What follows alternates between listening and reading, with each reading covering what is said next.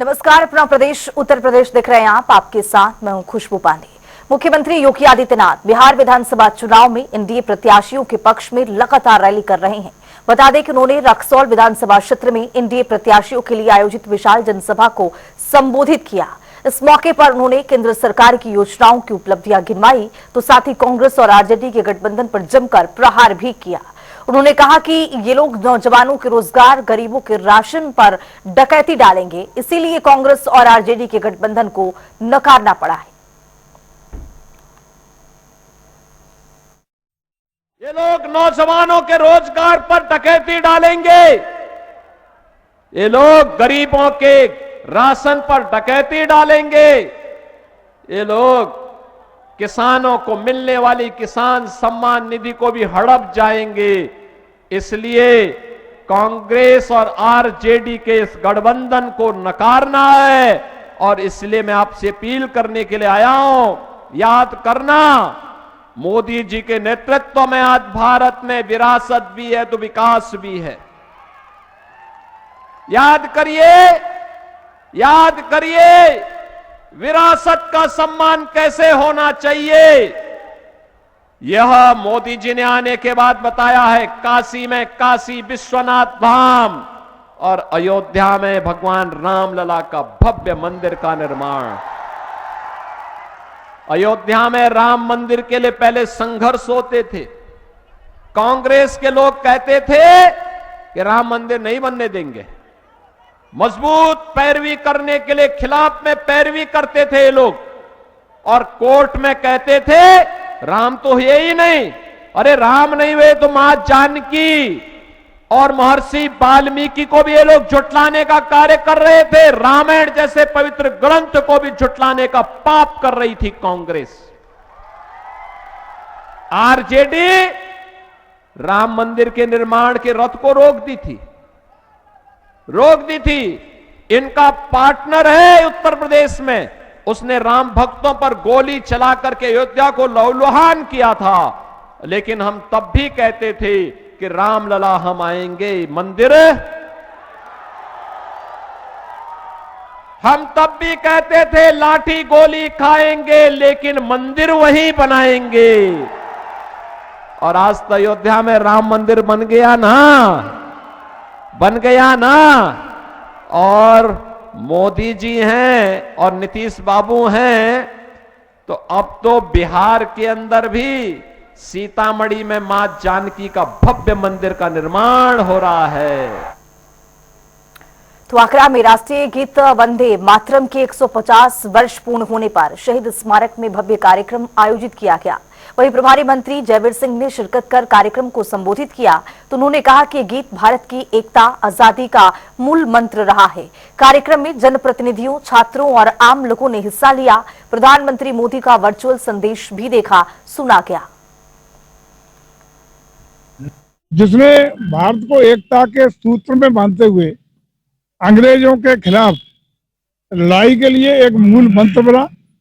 हंसते हंसते हमारे तमाम देशभक्तों ने, क्रांतिकारियों ने वंदे मातरम का गायन करते हुए उसको नारा के रूप में परिवर्तित करते हुए अपनी जान को हंसते हंसते फांसी का पन्ना चूमने का काम किया। तमाम हमारे सेनानियों ने इस मूल मंत्र को लेकर के भारत की एकता के लिए, भारत की स्वाधीनता के लिए, भारत की अखंडता के लिए और भारत को एकता के सूत्र मानते हुए हिंदू, मुस्लिम, सिख, ईसाई हर वर्ग, धर्म और जाति के लोगों को जोड़ते हुए देश को एक नई ऊर्जा, नई शक्ति दे करके आजादी का तराना बना करके हमें आजाद दिलाने का काम किया। यही सूत्र है जो आज हम लोगों को राष्ट्रीय एकता के लिए, राष्ट्रीय अखंडता के लिए एक सूत्र देता है, एक ताकत देता है, एक जज्बा देता है।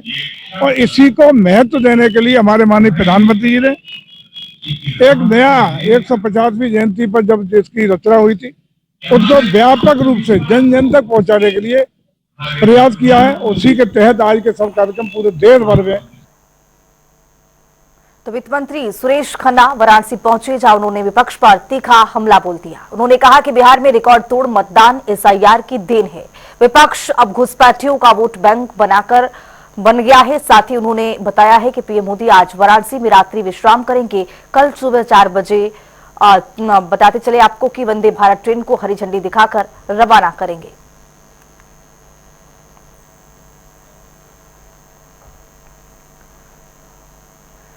राजधानी लखनऊ से बड़ी खबर आ रही है, उससे आपको रूबरू कराएंगे। बड़ी खबर, बड़ा अपडेट। यूपी में मतदाता सूची पुनरीक्षण अभियान शुरू हो गया है। मुख्य निर्वाचन अधिकारी नवदीप रिणवा ने अपील की है सभी मतदाता अभियान में सक्रिय भाग लें। ये कहा गया है बीएलओ घर घर जाकर गणना जो फॉर्म है उसको दें, मतदान फॉर्म भरवाकर हस्ताक्षर करें और फिर उसके बाद इसे लौटाया जाए। घर पर न होने पर वयस्क सदस्य भर सकता है ये फॉर्म और हस्ताक्षरित फॉर्म देने वालों के नाम लिस्ट में शामिल होंगे। ड्राफ्ट वोटर लिस्ट 9 दिसंबर 2025 को जारी होगी। नाम छूटने से बचने के लिए समय पर फॉर्म भरें। पात्र नागरिकों के लिए दूसरा चरण जो है ईआरओ और एसटीएम कार्यालय में इसको देना होगा। तो एसआईआर की जो प्रक्रिया है वो उत्तर प्रदेश में भी अब देखने को मिल रहा है। और बताते चले आपको कि 7 सितंबर से माफ कीजिएगा 7 नवंबर से 7 दिसंबर तक ये प्रक्रिया चलेगा। और इसी को लेकर अब बीएलओ जो है फॉर्म लेकर घर घर पहुंच रहे हैं और इसी फॉर्म को भरना भी है, फिल करना है और फिल करने के बाद इसे वापस लौटा देना है। तो बिहार चुनाव से पहले गहन पुनरीक्षण यानी एसआईआर मुद्दे पर मची राजनीतिक घमासान के बीच में बीजेपी ने विपक्ष को जवाब देने की राजनीति अब जो रणनीति है वो शुरू कर दी है। और इसी को लेकर विधायक हर्षवर्धन वाजपेयी के नेतृत्व में एसआईआर पर कार्यशाला आयोजित की गई, जिसमें सांसद प्रवीण पटेल समेत सैकड़ों कार्यकर्ता शामिल हुए। और इसी को लेकर हमारे संवाददाता ने इस मामले में एक खास रिपोर्ट तैयार की है। इस रिपोर्ट के जरिए देखिए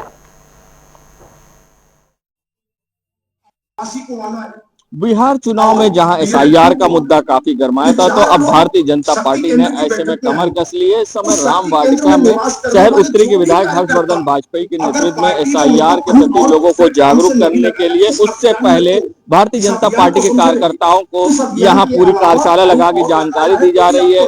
एसआईआर के बारे में लोगों से फॉर्म भरवाया जा रहा है, यहाँ पर स्टॉल लगाकर कि लोगों तक ज्यादा से ज्यादा जानकारी पहुंचे। और यहाँ पर कार्यकर्ता भी पहुंचे हैं और फिलहाल कुछ कार्यकर्ता उनसे बात कर लेंगे। ये बताइए एसआईआर के मुद्दे पे किस तरह से कार्यशाला चलाई जा रही, क्या कुछ था? ये एक रूटीन प्रक्रिया है।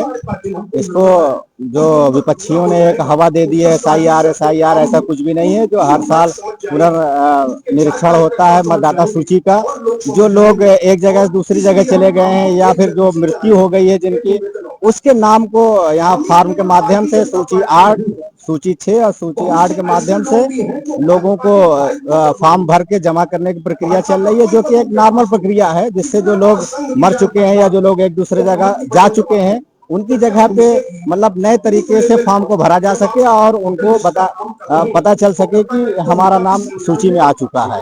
कुछ लोग ऐसे कह रहे हैं कि लोगों को बाहर करने के लिए वोटर लिस्ट से ये साजिश है। एसआईआर का मुद्दा काफी गरमाया बिहार चुनाव में। फिलहाल अब आप लोग यहाँ यूपी में जो चुनाव से पहले 27 के इस तरह की तैयारी करें, क्या कुछ वजह है? देखिए, विपक्ष के पास अब कोई काम का मुद्दा तो बचा नहीं है। अब ये एक रूटीन प्रक्रिया है। जब चुनाव होता है उसके पहले संशोधन का कार्य होता ही है। जो लोग मृत हो चुके हैं उनका नाम हटाया जाता है। 18 साल जो पूरे कर लेते हैं उनको लाया जाता है। बस एक सामान्य प्रक्रिया है और विपक्ष बस उसको मुद्दा बना के गुमराह करने का काम कर रही है। और आज माननीय विधायक इंजीनियर हर्षवर्धन वाजपेयी जी के नेतृत्व में भारतीय जनता पार्टी के शहर उत्तरी के कार्यकर्ताओं के प्रशिक्षण का कार्यक्रम यहाँ चल रहा है।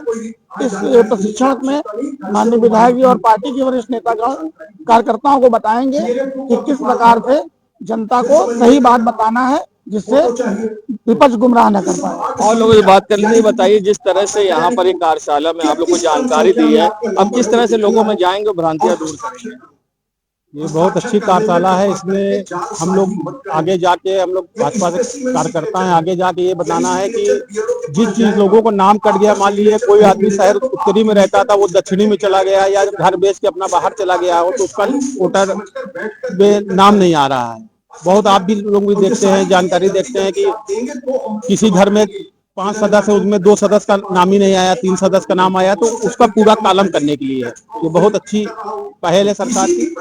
तो देखिए एसआईआर के बारे में जिस तरह से भ्रांतियां हैं उसको दूर करने की ये पूरी तैयारी है। क्योंकि देखा जाता है अमूमन कई लोगों की मृत्यु हो जाती है, उसके बावजूद लिस्ट में नाम होता है और साथ ही कई लोग बाहर चले जाते हैं तो भी लिस्ट में उनका नाम होता है। ये लिस्ट को पूरी तरह से संशोधन करने की एक प्रक्रिया है जो हर साल होती है। इसको लेके लोगों के बीच में भारतीय जनता पार्टी के लोग जाएंगे और एसआईआर के बारे में बताएंगे। फिलहाल इस एसआईआर की कार्यशाला में विधायक हर्षवर्धन बाजपेयी, शहर उत्तरी के सांसद प्रवीण पटेल और महानगर अध्यक्ष संजय गुप्ता समेत कई नेता मौजूद हैं और शहर के उत्तरी के कई क्षेत्रों के लोग यहां भारतीय जनता पार्टी कार्यकर्ता पहुंचे हैं जो इस कार्यशाला में भाग ले रहे हैं। वीडियो जर्नलिस्ट सामू कुशवाहा के संग सैयद मोहम्मद आमिर, प्रयागराज। तो अमरोहा के सुनगढ़ गांव में भैंस शेरा का दूसरा जन्मदिन धूमधाम से मनाया गया। फूलों से सजे शेरा के सम्मान में पूरे गांव ने दावत उड़ाई और अब डीजे की धुन पर झूमते नजर भी आए। वहीं भैंस के मालिका इसरार ने कहा कि शेरा उनके परिवार का हिस्सा है और इस अनोखे जश्न में बच्चों से लेकर बुजुर्ग तक ने बढ़ चढ़कर हिस्सा लिया। शेरा की तस्वीरें सोशल मीडिया पर अब तेजी से वायरल हो रही हैं।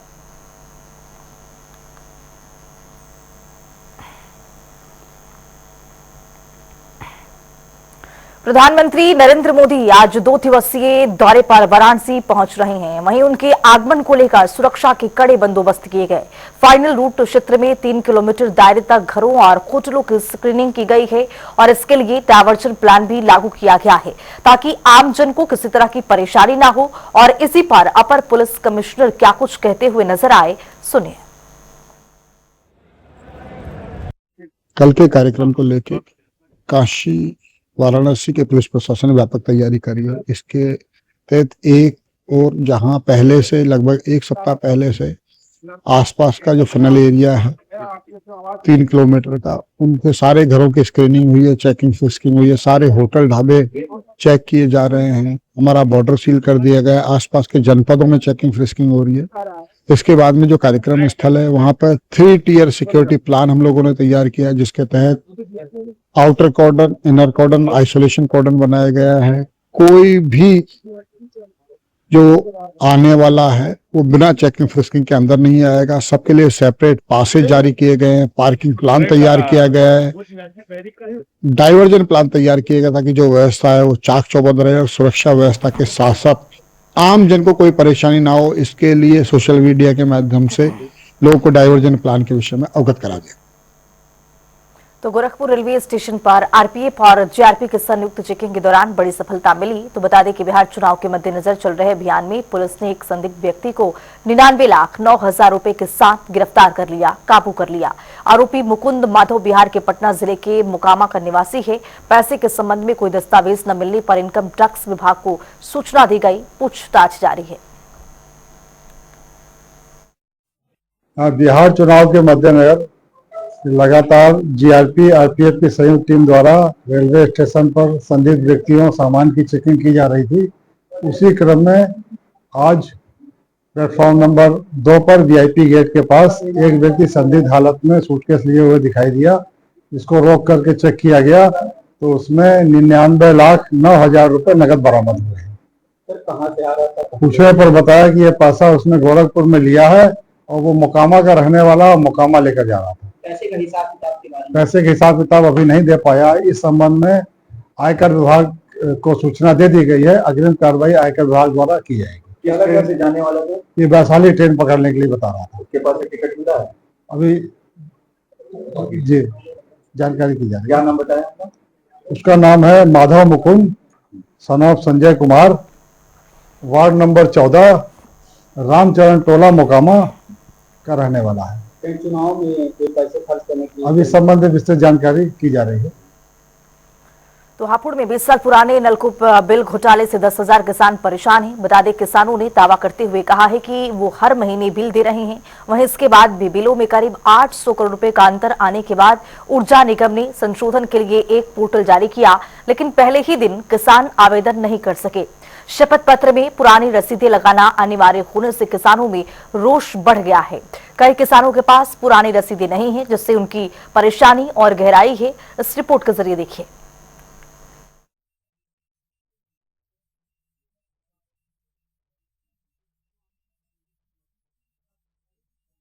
किसानों को लेकर जो बिल घोटाला चल रहा है उस पर ज्यादा बातचीत करने के लिए मेरे साथ अभिशासी अभियंता हैं, उनसे बात करेंगे कि क्या पूरा मामला है। सर, एक किसानों का बिजली का घोटाला चल रहा है, 10,000 किसान उसमें फंसे हुए हैं और करीब 800 करोड़ रुपए का घोटाला है, तो उस पर क्या प्रक्रिया अभी तक चल रही है? देखिए, हमारे क्या कहते हैं यूपीसीएल विभाग की ओर से जो हापुड़ में घोटाला हुआ था, उस पे खास जनपद हापुड़ के लिए पोर्टल बनाया गया है, जिसमें जो किसान जिनके साथ ये घोटाला हुआ है उनको अपने ब्यौरा देना है, नाम, पता, पिताजी का नाम और 4-5 डॉक्यूमेंट अपलोड करने हैं, जैसे कि पासबुक हो गई, रसीदें हो गई और वारिसाना हो गया, इनकेस अगर फादर की डेथ हो जाती है, बाकी आधार कार्ड वगैरह हो गया। ये चीज अपलोड करेंगे, वो फिर हमारे पोर्टल पे आ जाएगी। उसकी एक हार्ड कॉपी भी हम लोग मंगा रहे हैं और एक एफिडेविट भी देना है आपको कि जो आपकी रसीदें हैं वो सत्यापित हैं। उसके बाद हम लोग उसको अपने जो कैश बुक है उससे मिलान करेंगे। अगर वो घटी हुई ऑलरेडी घट गई है उसको हम नहीं घटाएंगे, जो घटने से रह गई हैं उनको ही घटाया जाएगा, यही नियमावली आई है। अच्छा सर, कुछ किसानों का ये कहना है कि कागज पुराना हो गया है, वो गल गए हैं, कुछ किसानों के वो पुराने बिल मिल नहीं रहे हैं जो हाथ से कटी हुई रसीद थी, तो उनके लिए क्या प्रक्रिया है? देखिए, रसीद तो देनी पड़ेगी क्योंकि बिना रसीद दिए हम लोग किस आधार पे आपका पैसा घटा सकते हैं, प्रूफ तो आपको देना पड़ेगा। नहीं, कुछ किसान ऐसे हैं कि काफी टाइम हो गया है, 25-26 साल हो गए हैं, कुछ किसान जो है अब जीवित भी नहीं है, तो उनके लिए क्या प्रक्रिया है? क्योंकि वो कागज। हापुड़ में बिजली विभाग का एक बार फिर बड़ा कारनामा देखने को मिला है। करीब 10,000 किसानों का बिल घोटाला और करीब 800 करोड़ रुपए का ये घोटाला है, जिस पर ज्यादा बातचीत करने के लिए मेरे साथ कुछ किसान मौजूद हैं। उनसे पूछेंगे कि क्या पूरा मामला है और अधिकारियों ने इनको क्या जवाब दिया है। जी, क्या नाम है आपका? ज्ञानेश्वर त्यागी, भारतीय किसान यूनियन से। 10,000 जो है किसानों का एक बिजली घोटाले का कुछ मामला चल रहा है 8,000 करोड़ को लेकर, तो क्या पूरा मामला है? देखिए, ये 20 साल से कम एक घोटाला हुआ था। नकली रसीदें किसानों को थमा दी गई थी और जो रसीदों के द्वारा पैसा जमा होता था वो अपनी जेब में बिजली अधिकारी रखते थे। जैसे जैसे समय गुजरता गया, इस घोटाले का पता चला। अधिकारियों ने जो अपने जो रसीदें थी वो नकली रसीदें थी, उन्हें कहीं ना कहीं जला दिया गया, दस्तावेजों को जला दिया गया, जिससे सबूत ना मिल पाए, जिससे वो ना फंस पाए। लेकिन घोटाला खुला, लेकिन अधिकारियों पे आज तक कोई सजा नहीं हुई है, ना उनकी कोई रिकवरी हुई है। बाकायदा जो बकाया था उस समय 125 करोड़ का जो घोटाला हुआ था 125 करोड़ का हुआ था। लगभग 10,000 किसानों से ज्यादा किसानों पर, जो जिले हापुड़ के किसान थे, उन पे ये ट्यूबवेल जो बकाया आने लगा, जो फर्जी था। सब पे बाकायदा रसीदें हैं, जो रसीदें दी जाती थी वो किसानों के पास हैं और किताबें भी हैं, किताबों में भी एंट्री हुआ करती थी। लेकिन 20-25 साल हो जाने के बावजूद आज पहली मर्तबा एक, क्योंकि किसान यूनियन ने भी बहुत धरने किए, आंदोलन किए, ज्ञापन के माध्यम से, आंदोलन के माध्यम से ये मांगे उठाई, क्योंकि किसी किसान पे 1 लाख, किसी पे 5 लाख, किसी पे 7 लाख रुपए का बकाया, फर्जी बकाया किसानों पे आता रहा और ये बकाया 125 करोड़ से बढ़कर के आज 800 करोड़ हो चुका। ब्याज लगाते रहे, उस पर ब्याज होता रहा, चलता रहा और कोई भी छूट की योजना आती, कोई भी योजना आती, बकाया होने की वजह से किसान उस छूट की योजना का लाभ नहीं उठा पा रहा था।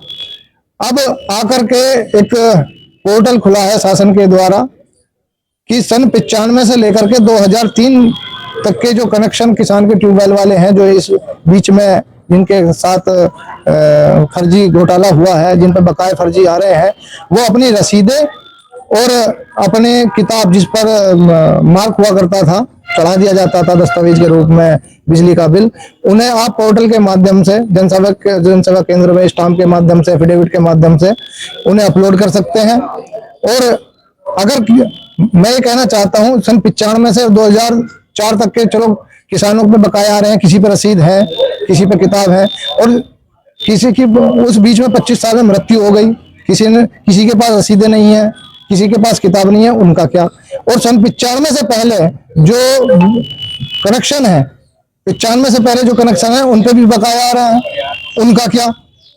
कहीं ना कहीं अभी झोलझाल है, पूरी तरीके से ना ये अधिकारी समझा पा रहे हैं, ना किसान समझ पा रहा है, और ना ये शासन की नीयत मुझे लग रहा है कहीं ना कहीं अभी किसानों के प्रति सही नहीं है।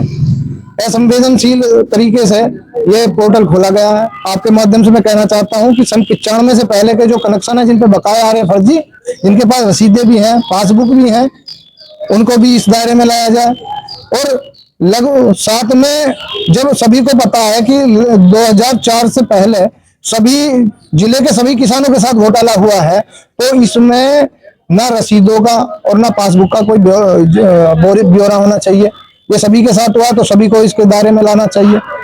तो कहीं ना कहीं ये अभी जो किसान है इसमें अभी कहीं ना कहीं फंस रहा है, किसानों को समझ नहीं पा रहे हैं। बहुत से किसान हैं जो एफिडेविट अपने बनवा रहे हैं, जो पोर्टल के माध्यम से इसे अपने को रजिस्ट्रेशन कराना चाह रहे हैं, लेकिन नहीं हो पा रहा है। अपने बिजली डिपार्टमेंट में जा रहे हैं तो पता चल रहा है कि आप जनसेवा केंद्र पे जाइए, वहां से कराइए, अगर वहां नहीं होता तो हमारे पास आइए। कहीं ना कहीं अभी किसान असमंजस की स्थिति में है। अच्छा, पुराने जो कागज हैं, जो रसीद हैं, जो वो हाथ से कटा करती थी, उनको 15 दिन का टाइम दिया गया है। पोर्टल 15 दिन के लिए खुला है। कुछ किसानों का कहना यह है कि इतना पुराना ब्यौरा हमारे पास नहीं है। तो उसका कैसे होगा? मैं वही तो कहना चाह रहा हूँ आपको कि ये पोर्टल खोला 18 दिन के लिए। सन 95 से लेकर सन 2004 के बीच में जो कनेक्शन हुए उन पे बकाया आ रहे हैं, उनके लिए तो माध्यम बना दिया कि आप रसीद और अपने किताब जमा कर दीजिए पोर्टल पे। 25 साल से ऊपर ये घोटाला हो गया। बहुत लोग ऐसे थे जो दस्तावेज अपने पास रखते थे, लेकिन वो कहीं ना कहीं भगवान को प्यारे हो गए। अब उनका क्या, जिनके पास रसीदें नहीं है। जब आप लोगों को पता है कि घोटाला सभी के साथ हुआ, सभी किसानों के साथ हुआ, तो ये रसीदों वाला या दस्तावेज वाला या सबूतों वाला जो क्राइटेरिया है ये नहीं लगाना चाहिए। ये होना चाहिए कि पोर्टल के माध्यम से कि जितने भी 2004 से पहले जितने भी कनेक्शन है सभी अपने आवेदन कराएं, और जिन जिन पर बकाया आ रहा है सब अपना आवेदन कराएं, और सब छूट के दायरे में या उन सभी को इस चीज पोर्टल का या इस चीज का फायदा मिलना चाहिए। तो लगातार देखिए, किसानों का यही कहना है कि 15 दिन के लिए ये पोर्टल खोला गया है और करीब 10,000 किसानों के साथ ये घोटाला है और 800 करोड़ रुपए का घोटाला है। जबकि इसकी शिकायत मुख्यमंत्री से भी की गई है और उच्च अधिकारियों से भी की गई है। अब देखने वाली बात होगी कि ये घोटाला कब तक चलता है और इस पर जो है कब तक इसमें जो है संशोधन होने की संभावना लगती है। कैमरा पर्सन साहिल के साथ अमन त्यागी, जनता टीवी, हापुड़। तो नोएडा वेस्ट के राइस चौक के पास झुग्गी बस्ती में भीषण आग लग गई। आग की चपेट में 1 दर्जन से अधिक झुग्गियां जलकर खाक हो गई। तो प्लास्टिक की ढेर और सिलेंडर फटने से आग और भड़की और भी उतावला उठी। सूचना पर दमकल की 1 दर्जन गाड़ी मौके पर पहुंचती है और कड़ी मशक्कत के बाद आग पर काबू पाया गया। गनीमत ये रही कि कोई जनहानि नहीं हुई, लेकिन भारी संपत्ति नुकसान की आशंका है।